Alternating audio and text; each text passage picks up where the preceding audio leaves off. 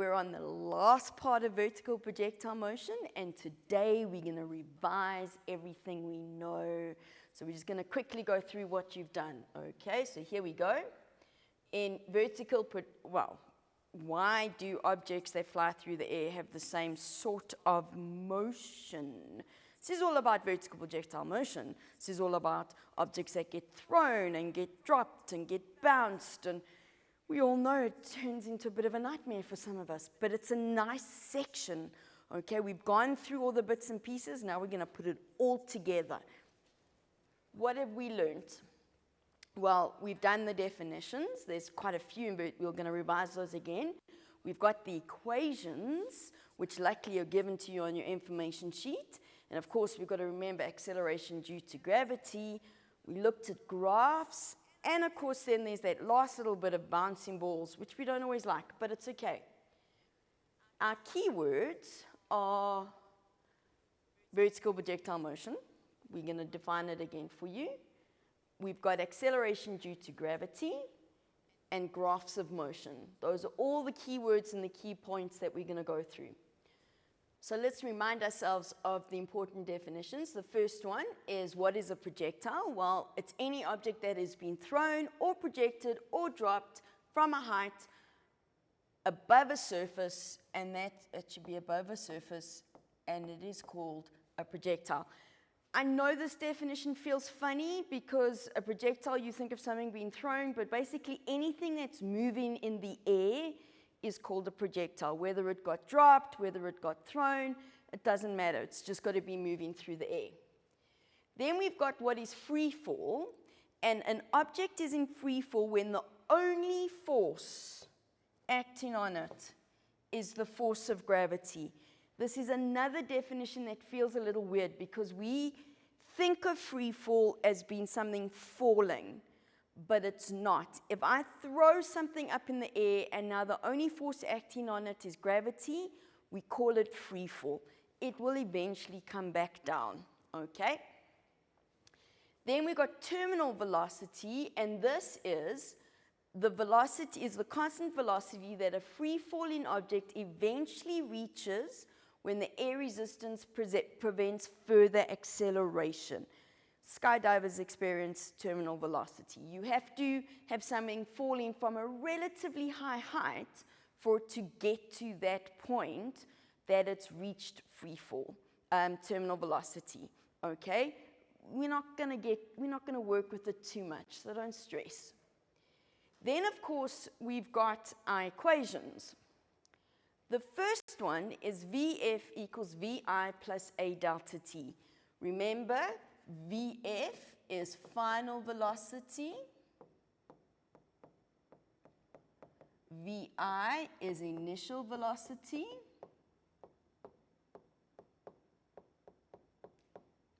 A is acceleration. And for our purposes, it's always acceleration due to gravity. So it's 9.8 meters per second squared. And t, of course, is time. And we use this equation when we have no displacement. So we don't know how far it went. The next one is v squared equals vi plus 2a delta y. Delta y, of course, is displacement. And we use this equation when we're not given time. Then we've got the next equation, delta y equals vi delta t plus a half a delta t squared. Here, we use this one when we don't have vf. So if we're missing final velocity here, we can use this equation. And the last one, delta y equals vi plus vf over 2 delta t. We use this one if we don't know acceleration. And we can only use this one if the acceleration is constant. And luckily, because of the way we do vertical projectile motion, the acceleration is always constant, okay? Personally, my personal opinion, I don't like that bottom equation, but we can use it, and it does make life a lot easier in this section because we know acceleration is constant. Remember, we're dealing with vectors. Vectors mean direction is very, very, very important. It's the thing that's going to trip you up in this section when we get to problems. We also need to remind ourselves that acceleration due to gravity always acts down, and it doesn't disappear. Even if when we throw an object up and it gets to the top of its motion, remember, even there, it's experiencing acceleration due to gravity down. It's just changing direction. The Earth is always pulling us. We always have a force of gravity. This value cannot disappear, and it always acts down. You'd be surprised how many times I get told it acts up. It is always 9.8 meters per second squared down. Its official symbol is little g. When we do our equations of motion, we keep the acceleration as an a. We don't change it to a g, but it's that value. So, we've done our revision. Now I need to make sure you have some paper and a calculator and a pen, because when we come back, we're going to start getting into the nitty-gritty and doing some equations. So I'll see you in a couple of minutes.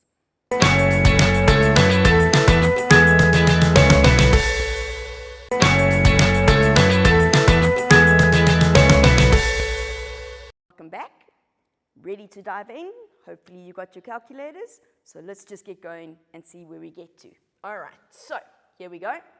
A projectile is fired vertically upward from a motionless balloon in the air. So that's quite important. The projectile leaves the balloon at a velocity of 200, so that's my initial, and strikes the ground at 300, so that's final. Calculate the height of the balloon above the ground, so that's the first question. Calculate the time it takes for the projectile to reach the ground. When we get a question like this, drawing some sort of diagram is always a good idea, just so we can get it straight in our heads what's happening. And then we can put all the information in, and it makes us not make mistakes with direction, because direction is important. We have our balloon. There we go. It's motionless. It's a very exciting balloon. We fire the projectile up. There we go. So the projectile is going to go up, and then it's going to come down, and it's going to hit the ground. They tell us that we fire it up at 200 meters per second, and it hits the ground at 300. And that's all they tell me. First thing they want is the height above the balloon. Was that the first one? Yeah, there we go. They want this height. That's delta y. We need to make a decision as to which direction we're going to take positive. This is your choice. I know sometimes people go, you must take down as positive, you must. You don't have to. I like to keep the way I do my questions all the same, so I always take the original direction of motion as positive. That means for this question, I'm taking up as positive. So that tells me my final velocity is minus 300. What they don't tell you is what acceleration is, but we know it's always 9.8 meters per second down. Making a list of what we know is also a good idea. So my final velocity is minus 300. My initial velocity is 200. Oops, there we go. My acceleration is minus 9.8. I don't know time, and I'm wanting displacement. Did I give myself an extra space? There we go. So let's just rewrite that list again. So we know final velocity minus 300. Initial velocity is 200. Acceleration minus 9.8. Time, we don't know. Delta y is what we're looking for. Here, we now need to make a decision as to which equation we're going to use. I can't use any of the equations that have time in them. So I can't use VF equals VI plus A delta T. I don't know T. I can't use delta Y equals VI delta T plus a half A delta T squared, because it has T in it. And I can't use the last equation either that we had with the half in it, because it all requires time. There's only one equation I can use that doesn't have time in it, and it's this one. VF squared equals VI squared plus 2A delta Y. It's not pleasant because it's got the square in it, but it doesn't matter. Please be careful. Now, this is a note. I've made a positive. I know that when I put in the minus 300 into the V squared, when I square it, it's going to end up being a positive. That doesn't matter, okay? You still substitute in the negative because it is negative. Ooh, no, not plus. That should be equal. There we go. Let's equal to 200. Remember, also minus 9,8. So we're going to do minus 300 squared, and that gives us 90,000. Oh, 90,000, extra 0. Let's do the 200. Okay, that is 40,000. Then I'm going to have 2 times 9.8, 19,6. I need to solve for delta y. So if I bring the 19,6 over, that becomes positive. I'm going to have, I was going to do that the wrong way around, so let's just make sure I get it right. So now we're going to have 40,000 minus 90,000. And of course, I'm going to need to have delta y on its own. So let's just do it here. So we've got 40,000 minus 90,000. And we get minus 50,000.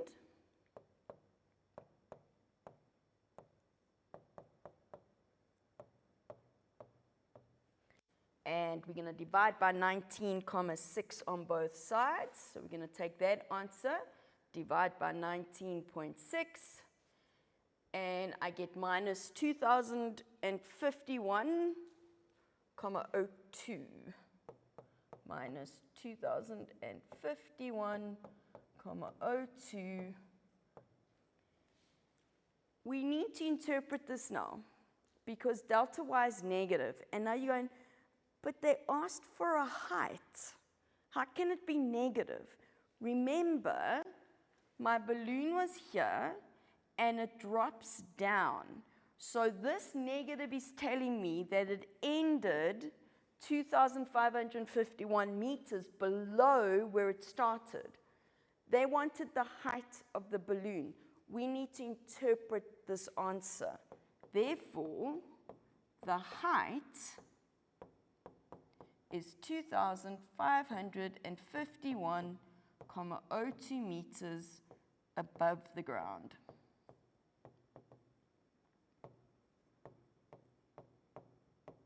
That's very high. That's 2.5 kilometers, okay? There wasn't somebody in this balloon. It feels funny because you got a negative. It's just because I took up as positive. If you had taken down as positive, you would have got a positive answer, and your substitution, where I have a negative, you must have a positive. Where I have a positive, you must have a negative. We're going to do the next question, and here you've got to be careful. I took up is positive the whole question. It can't change. We can't change our mind, okay? Now they want to know the time it takes for the projectile to reach the ground. Here, we have lots of options. We know delta y now, so we can actually use any of the equations. But let's be logical. Let's use the simplest. I'm not going to use the one with t squared in it, because then I'm going to have a quadratic equation. I'm lazy. I don't like that maths. We could use the last equation with delta y equals Vf plus Vi over 2. It's also too much like hard work. Easiest equation.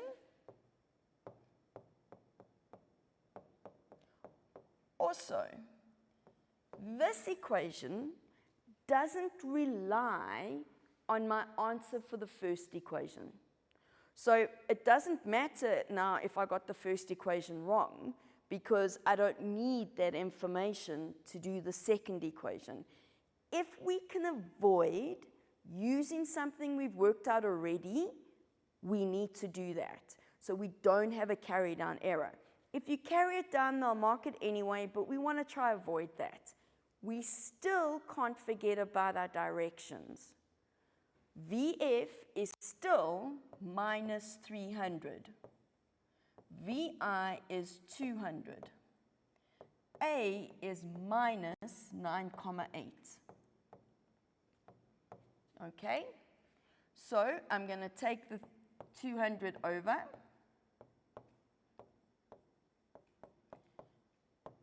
(9,8). So this tells me I've got minus 500. I'm sure you guys can all do that. Minus 9,8 delta t.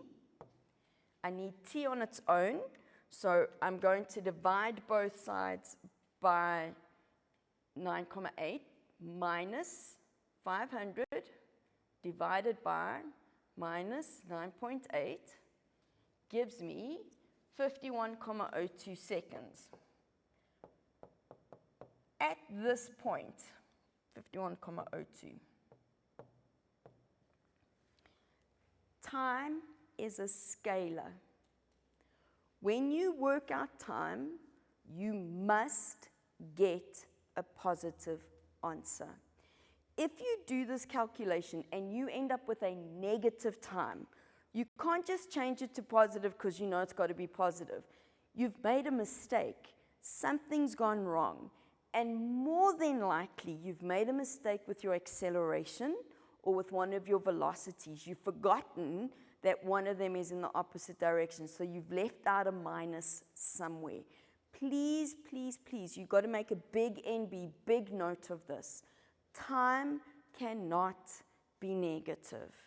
Negative time means you've made a mistake. As much as sometimes we want to go back in time, we can't. Well, not yet. You never know. Maybe one day we can. But we can't for now. First question, done. Let's do another one. Here we go.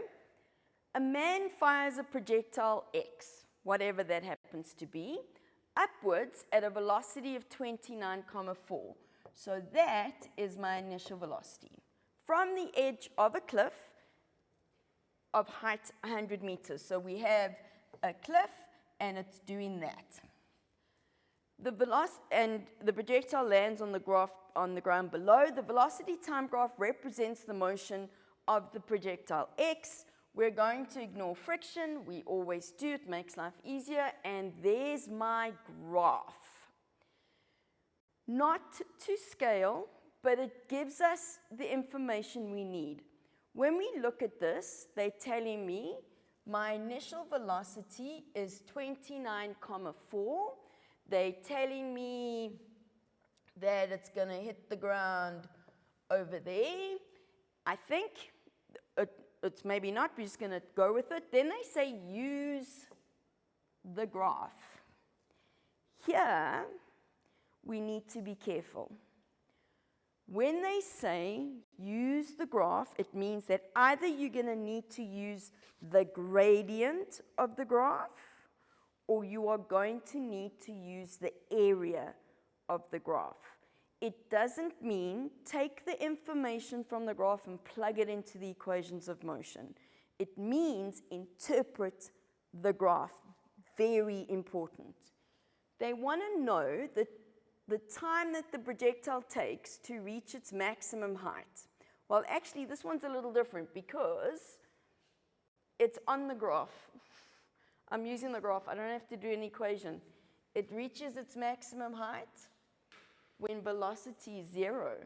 If my velocity is 0, it's gone to the top of its motion, because remember, it's going to go up, it gets slower, it gets slower, it gets slower, it stops, changes direction, and comes back down. So it's there, and at that point, velocity is 0. So when does it reach its maximum height? At 3 seconds. Straightforward. Now they say calculate the maximum height projectile X reaches above the ground. So we know that it was 100 meters the cliff, and then it went up and then came down. What we have to calculate, this is what they're asking, is this little distance. But we're going to use the graph to do that. I'm not going to use an equation of motion, I'm going to use the graph. From a velocity time graph, I can get displacement by looking at the area under the graph.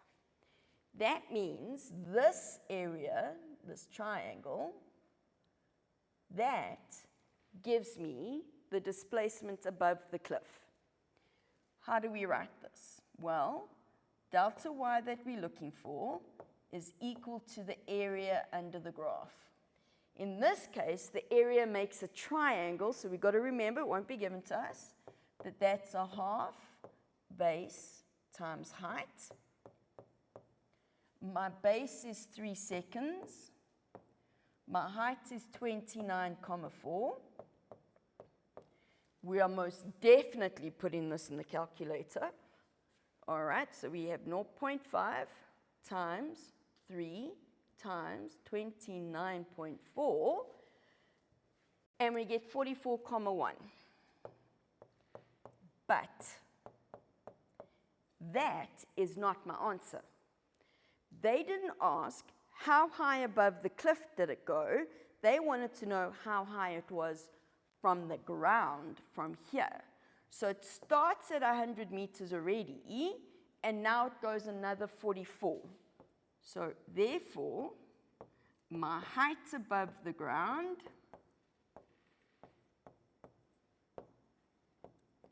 is going to be 100 plus the 44.1,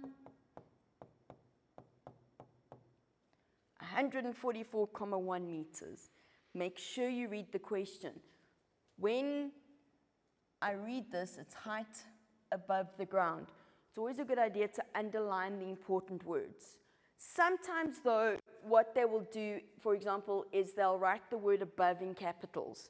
If there's any word written in capitals, bolded, or underlined, they are important words. Take note of them.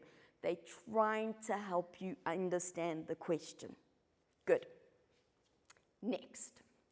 Sketch the position time graph for the projectile X for the time interval 0 to 6 seconds. Use the edge of the cliff as the 0 position. Indicate the following: the time when the projectile reaches its maximum height, the time when the projectile reaches the edge of the cliff. And we're only going to 6 seconds over here. We have to remember something called time symmetry. When I throw an object up in the air, if I catch it at exactly the same place I threw it, the time it takes to go up and the time it takes to come down is the same. So here, it took 3 seconds to get to the top of its motion, which means if it travels another 3 seconds, It's actually reached the top of the cliff again. So this graph is only representing, if we have our cliff, it's only representing that part of the motion because it took 3 seconds to get to here, which means it's going to take 3 seconds to get back down. That's very important to take note of.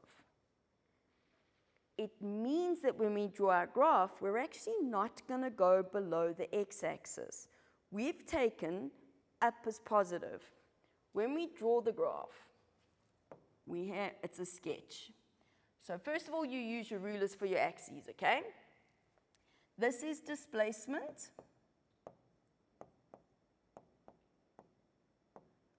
Okay, measured in meters. There's my 0. This is time.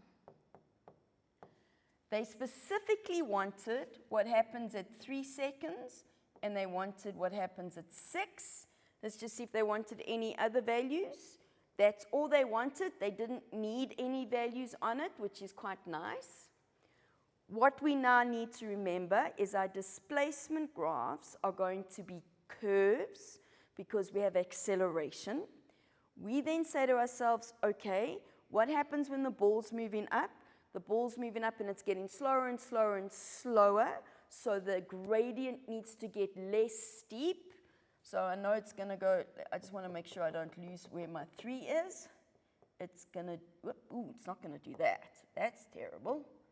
Okay, it starts off very fast, and it does that. Gets slower and slower and slower, okay? After 3 seconds, it's now coming back down, so now it's speeding up, and it speeds up till it gets to the 6. That's at 6 seconds, just leave that there, okay? Sometimes it's better to put the values in afterwards because it's more accurate. That's all they wanted. If they had asked for a value, we could have put that this was 44,1 because we know how far it goes. If they had asked for the entire motion, which they didn't, you need to stop here. The edge of the cliff was 0. If they asked for the entire motion, we would carry on below. I'm going to do it in a different color. The entire motion, this would have just kept going down and down and down and down. I don't know the time, we never worked it out, but it would stop at -100 because that was the height of the cliff. It goes 100 below. They didn't ask for this last part, so don't put it in.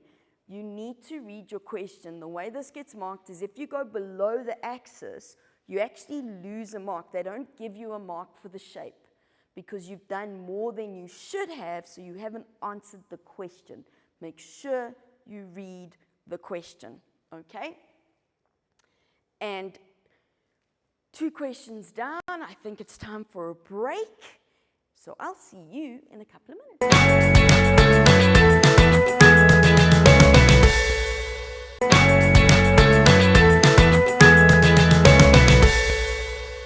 Welcome back, everyone. We're so excited. We're going to do some more equations, which makes me very happy because it's all maths. So let's just dive right in. Here's our question.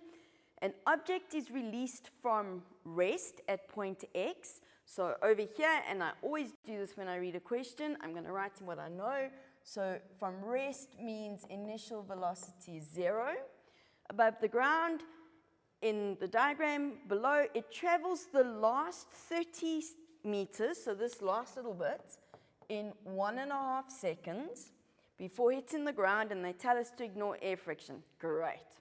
Not a bad thing. What do we know? Because it's falling, we know that the acceleration is 9.8 meters per second down. Oh, second squared, actually. There we go. And what I'm going to do in this question is I'm going to make down positive because I have an object that's been dropped. It's going downwards. So throughout this question, I'm making down positive. Now, it's different to the question we did before the break. So I made up positive. It doesn't make a difference. All right. First question, name the type of motion described. There's only one type of motion. It's known as free fall. Please, we don't call it projectile motion, even though this is a projectile. We call it free fall. That's the type of motion it is. If they asked you to explain why it's free fall, because the only force acting on it is gravity. It's free fall. Then they say, calculate the magnitude of the velocity of the object at B.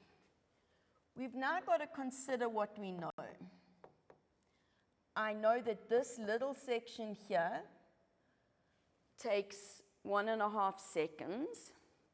I know the initial velocity at x is 0, and I want to know what the velocity here is.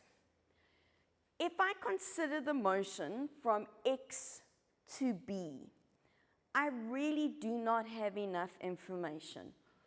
All I know is the initial velocity and the acceleration it experiences. I do not know how long it takes to get to B, and I do not know the distance to B. That's not useful. If I consider the motion from B to C, I know a little bit more. I know time, I know delta y, and I know A. I don't know C. I don't know what it does when it hits the ground. So, if I do my list, which is the one I always do, and I look at this information, so I've made down positive. VI is actually what we're looking for. I don't know VF. I know A, which is 9.8 meters per second squared down. I know time, it's 1.5. And I know delta y, which is 30. I then go through the equations, and I go, which one I need VI, I need delta y, I need delta t, I know A, it's going to be this one. It's going to be delta y equals VI delta t. I was about to write A. That's nonsense. This is why you look it up on your information sheet, by the way. Plus a half A delta t squared. Substitution now. So we have 13. I want VI. This is 1.5. We have a half times 9.8 times 1.5 squared. Don't forget the square. These little squares get left out all the time. They're very sad. At this point, if you can solve for VI without doing any more of the maths, go ahead and do it, okay? I'm just going to show you all the maths so we understand where I'm getting it from. 13 says 1.5 VI. I definitely can't do this one in my head, so we've got 0.5 times 9.8 times 1.5 squared, and we get 11,025. I'm keeping all the decimals because it's not my final answer. I'm going to need to take that over to the other side. So we're going to get 1,5 times VI. It'll be 30 minus 11,025. And let's see what that gives us. So 30 minus 11.025. And I get 18,975.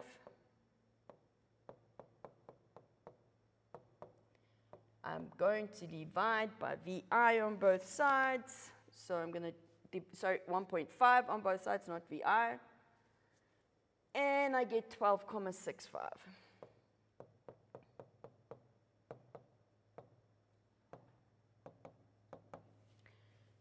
It's a velocity.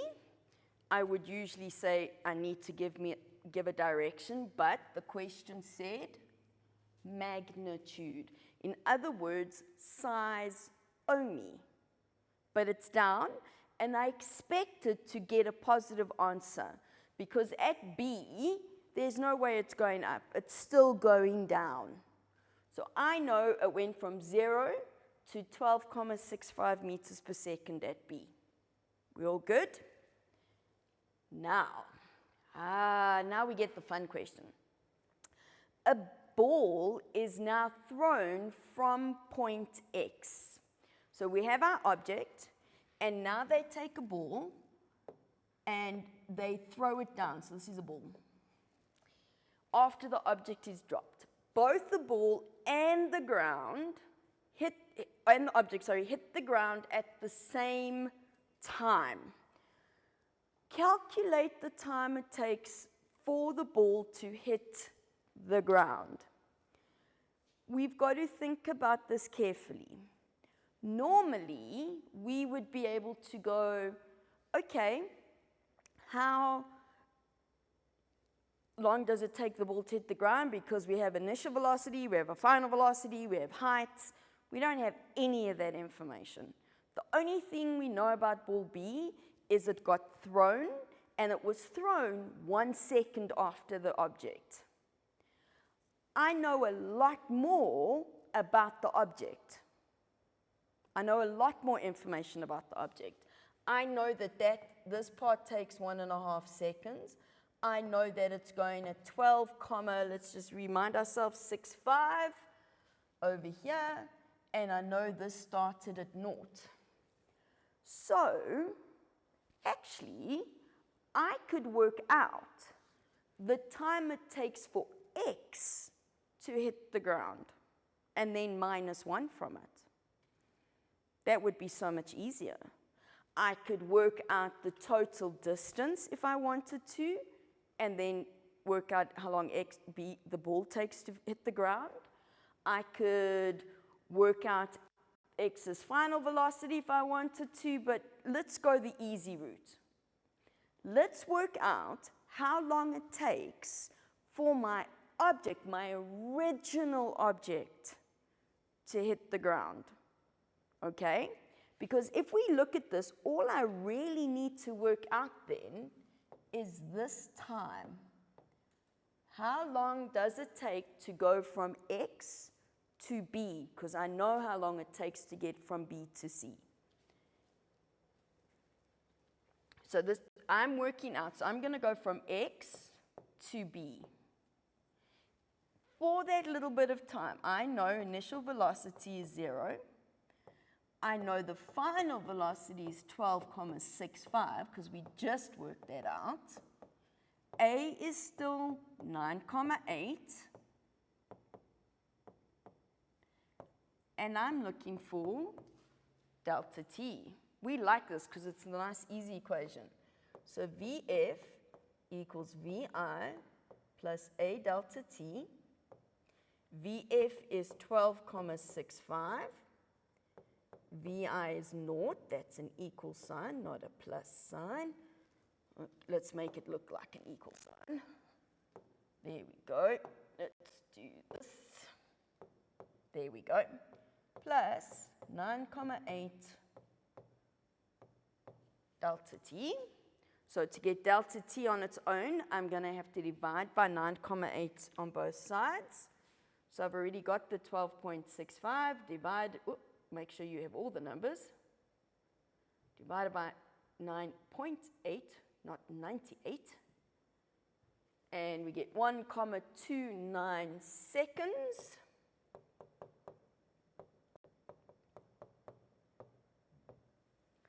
That tells me how long the object took to get from X to B. I know that it took another 1,5 seconds to get to C. Therefore, the total time for the object is 1,5 plus the 1,29, 2,79 seconds. I haven't answered the question yet, though. The question was, calculate the time it takes for the ball to hit the ground, and it was thrown 1 second after the object. So if the object took 2,79 seconds to get to the ground, and they hit the ground at the same time, delta t for the ball is 2,79 minus 1. So the ball only takes 1,79 seconds. And I'm happy with it taking a short time because they threw it. If they had dropped the ball, there's no way this would happen. The ball would then hit the ground 1 second after the object, but they threw it. What do we need to see that's the same with these? Because they often have these questions where we have two objects moving. You've got to find what is the same. You've got to find where you can compare them. Sometimes we end up doing simultaneous equations. Sometimes we don't have to, like this one. Okay? Here you had to compare B to something you could find because they didn't give you enough information. Then, okay. Oh, there it is. Okay. So, oh, wrong way. Next question. After hitting the ground, the object bounces once, then comes to rest on the ground. Sketch a velocity time graph for the entire motion of the object. Right. Sketch a velocity time graph. Velocity time graph sketch. Here's my velocity in meters per second. Delta t. It is a sketch. They have not said to you write any values on it, okay? They have not said that to you. A sketch simply means they're looking for the shape. My object was dropped, so initial velocity is 0. We took down as positive, so its velocity increased. Here's the first one. It increased, and it only bounces once. Now remember, we're going to get a change in velocity, and then it bounces once and hits the ground. Bounces once, it comes off the ground, whoopsie, off the ground. It's going to go past there and end there. Okay, I didn't make that quite long enough. That's it. The first part of the graph is when it hits the ground. It changes direction, so the negative velocity shows me that it's changing direction. It's got to go to 0 because it's got to go up to the top of its motion, then it comes back down and it stops. These two lines, mine don't look like it, should be parallel. Why? Because we have the same acceleration for both. Okay? 9,8 meters per second squared down. And that is where we're going to end because we've done lots. Remember, choose your equation carefully.